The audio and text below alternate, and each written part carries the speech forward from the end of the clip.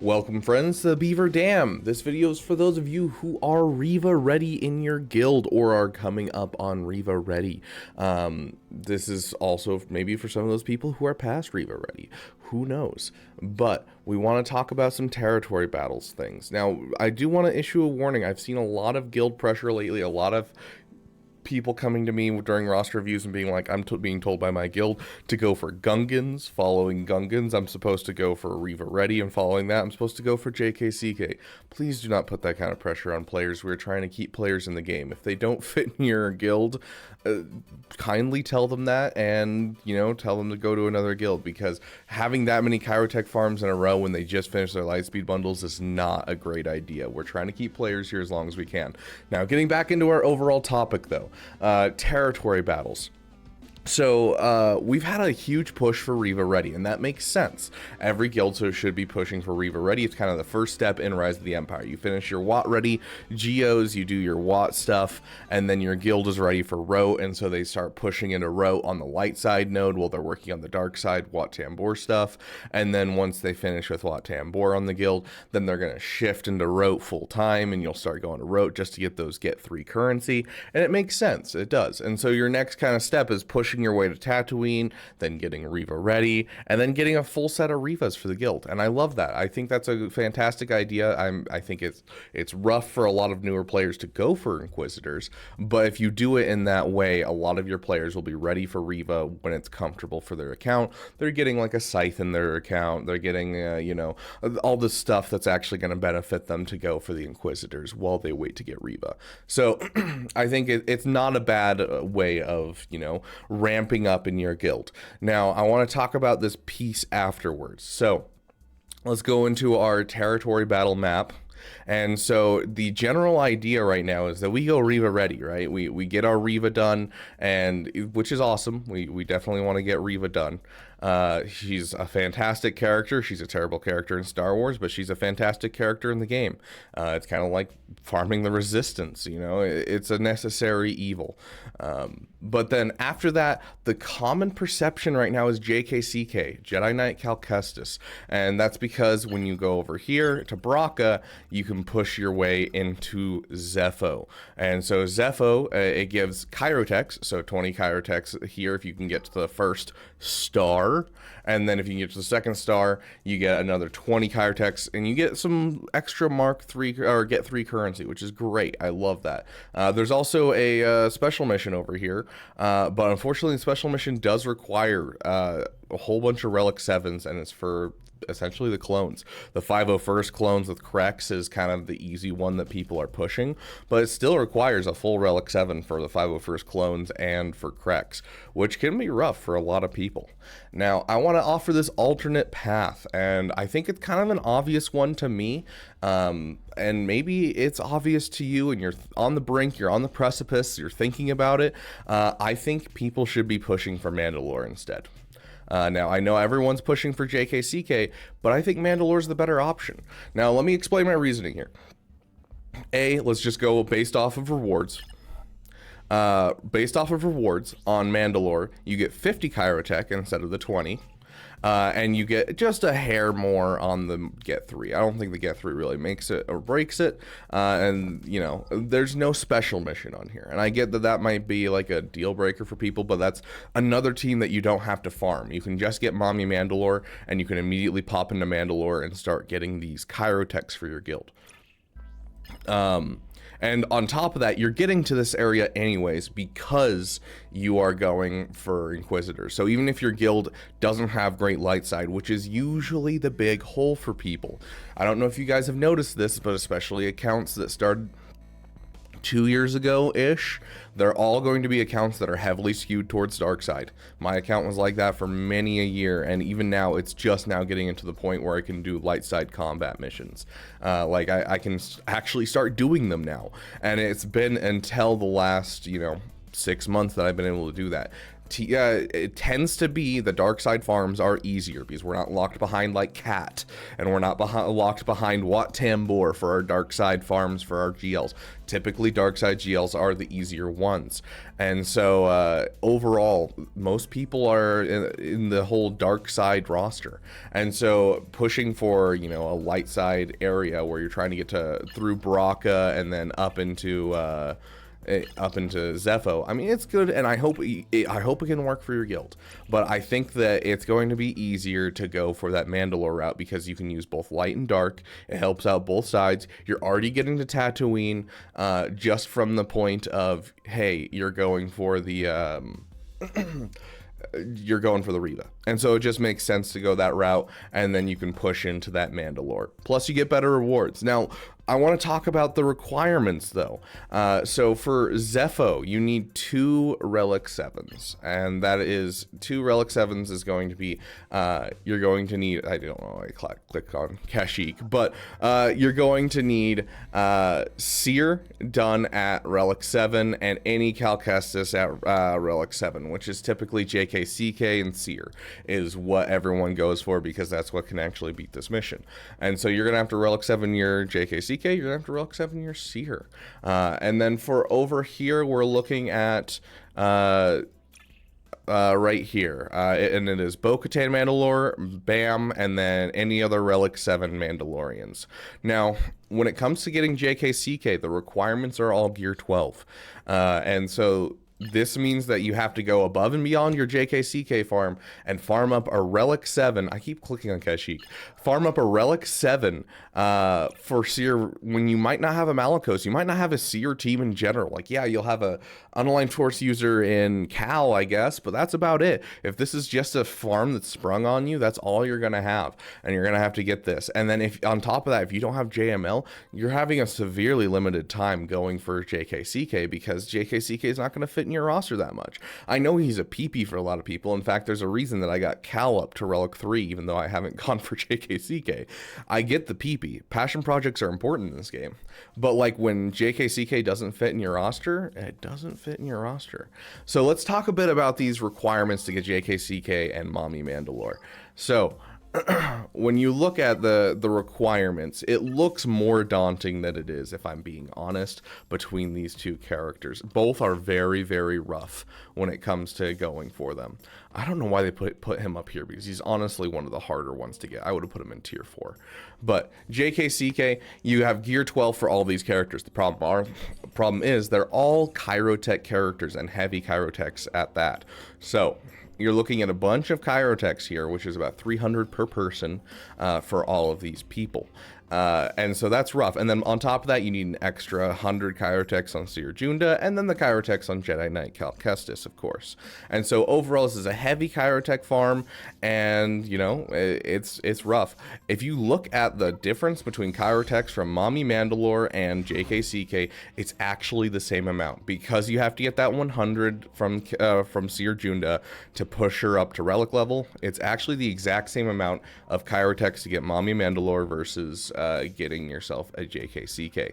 Now, if we were to look at the overall Rex and what they build for you, we're going to start down here. So you're going to get a Marin, you're going to get a Cal Kestis. That's one of the things you get from going for JKCK. Cal Kestis can fit in any unaligned Force user team. That means you can throw them with Rey, you can throw them with a Seer team if you have Malicos, or if you have a whole bunch of unaligned Force users already, you can build a solid team out of him. He has a couple good places that he can fit. I love him in Starkiller. He's a great person in Starkiller. So I feel like everyone has a spot for him. Let me move myself over here so you guys can see this better. So Marin is another one. Everyone has the Night Sister bundle, or most of us do. A lot of people have a passion project for Night Sisters anyways. And so this Marin doesn't feel bad to get into our roster. But then we start getting into the ones that don't really fit in our roster, because they're characters that we have to build an entire team for. You are looking at a Saw Gerrera. Like, yes, he looks like he might be good with the Omicrons with Luthen, but we still don't know because we can't test the Omicrons yet. I have hope. I really do. And I really do hope that Saw Gerrera pulls off some crazy stuff with Luthen soon. But for now, he's kind of a garbage character, and especially for characters coming into this, they may not have Luthen going, and so it's going to take them, years until the Saga Rara in their roster actually does anything, if they're just farming it through Proving Grounds. You got Seer Junda. Seer Junda is, you know, a solid character overall. Problem is, you have to build a full team around her. She is the leader of the team, and you have to build the team around her. It's not like a Talon where you just throw her with any Sith and you're good. It's a character that you have to build a team around her. And yes, you get the Cal Kestis for her, but that's about it. You still need like the Fulcrum and a lot of other things that are not necessarily on the farming path of most people. Next person is Tarful. The Wookiees are one good character away from being good, but the problem is all of them are really crap characters by themselves, and so to justify going for a Tarful team is like impossible unless it's a hardcore PP. If it's a big passion project for you, go for it. I've seen some cool things with Wookiees. They're usually like a Relic 9 Tarful to be able to pull it off, but overall, it's just a team that just doesn't work that well and needs some love. And so this is what you're getting from JKCK's farm. You're also getting a JKCK, which could be good or could be bad for your Cal. I'm not saying it's a bad character. He's always going to be a good character. But without other Jedi in your roster, this might be a worthless character to you, and I'd much rather wait for you to get JML before you go for JKCK. In fact, it's usually the thing that I suggest to people. Now, going into Mommy Mandalore. Mommy Mandalore is amazing with his Rex because A, you're building the team that she goes with. You know, Beskar, Mandalorian, Paz Vizsla, IG-12, and Grogu. The only person she still needs is Bo-Katan Kryze, which, yes, is a little bit of a feel bad, but it's farming one character versus a full team, a full team, a full team. And if you don't have Night Sisters, a full team. Like, just to get any value out of the JKCK. But Bo-Katan also is a requirement at Relic 5 for JMK, and so it works out fairly well here for being a solid farm overall. And you get Bo-Katan Mandalore, which is one of the top teams in GAC. I would definitely put her in the top 10 teams for GAC. She beats JMK, she beats Lord Vader with like a 100% win rate. It's just like full banners on Lord Vader. I love that. A lot of people complain how Lord Vader is, you know, bad, and a lot of people defend him. And I'm going to agree with the people that defend him to some degree, because if you don't have a Lord Vader counter, then you're pretty much screwed. Now, yes, is he the easiest GL to counter? Yeah, okay, second easiest. Sith Eternal's just too easy. But the reason that he's seen as such a poor Galactic Legend is because he needs so many lifters, and then he has so many counters. And the lifters are mostly just to stop him from being countered by so much. But you know, when you have that lying around, you need a counter for it regardless. And so Bo-Katan Mandalore can be a counter for your guild, which is great. I love that. On top of that, you're getting Kelleran Beck. Kelleran Beck is, in my opinion, top 3 Omicrons in Territory Wars right now, and I think ever. We'll see how things shift, but Kelleran Beck is such a good Omicron, and you're going to get 50 of them in your guild, which means you can have a full wall of Kelleran Beck Omicrons, which is absolutely disgusting, because that means either they need to pull off specific counters to counter your wall, or they need to go in and they have to use GLs, which a GL for a non-GL team is the worst. And you ask me, but what about a Kelleran Beck team? Everyone has a Qui-Gon team, my friend. It's a go-to team that everyone has, and if they don't have it, shame on them. Kelleran Beck is just way too good already, and then on top of that, you're getting you can just use your Qui-Gon team from Grand Arena, push it into the Kelleran Beck lead, and then in Grand Arena you take the same team and you shift it around, and suddenly Qui-Gon's the lead. Like, everyone has a team for this, and it's gonna be disgusting in your Territory Wars. So not only are you getting better rewards just from going Mandalore, you're also, the stuff leading up to the rewards are going to be better for your territory battles, your Grand Arenas, and your Territory Wars. The one problem here is that they're not double drop farmable currently. In the next 4 months, they will all be, it's actually closer to 3 months, they will all be double drop farmable. So if you are getting close to Riva ready, this is your time to, you know, think about going for Mommy Mandalore as a guild. You know, it's definitely something to consider, because it's getting real close. And I know a lot of people have seen this and considered it as a farm for themselves. I've had a lot of people come up to me and go, I'm thinking about going for Mommy Mandalore. I'm like, yes, do it. It's going to help your guild. It's great. And like, I love the team. It's awesome. You know, the event's not as hard as you think. I will have a guide out soon. So overall, it's banger. Plus, the fact that you're getting a Relic 7 BAM is always a good thing for your Executor. Cannot tell you how many people I've seen sit at a Gear 12 BAM. I'm like, why? Put them at Relic levels, make your Executor good. Stop letting me win so easily. That is one of the biggest, like, frustrations, is when I go up with a Finalizer against an Executor and it's like low gear. I'm like, why? Why are you letting me win? It's so sad. Anyways, that's a video for another day of stop feeding battles. But regardless, I feel like the Bo-Katan overall, like, the Bo-Katan can fit in any roster. JKCK only fits in rosters that have good Jedi. You know, the requirements all work together for either territory battles, territory wars, or Grand Arena when it comes to Bo-Katan. Whereas JKCK, you're getting a whole bunch of random characters that can build into other teams, but aren't necessarily like either the top teams, or are going to require a lot of investment to get there, or you can't even get there because you don't have a Malicos. And so overall, I feel like it just makes sense. You know, better rewards, better pizza, better rewards, better teams, better requirements, better everything. I just feel like this makes sense. So consider it today with your guild. Talk to your guild leaders, you know, maybe this is something to put onto their radar. Send them this video. Maybe JKCK does fit with your guild better because everyone has JML. I don't know.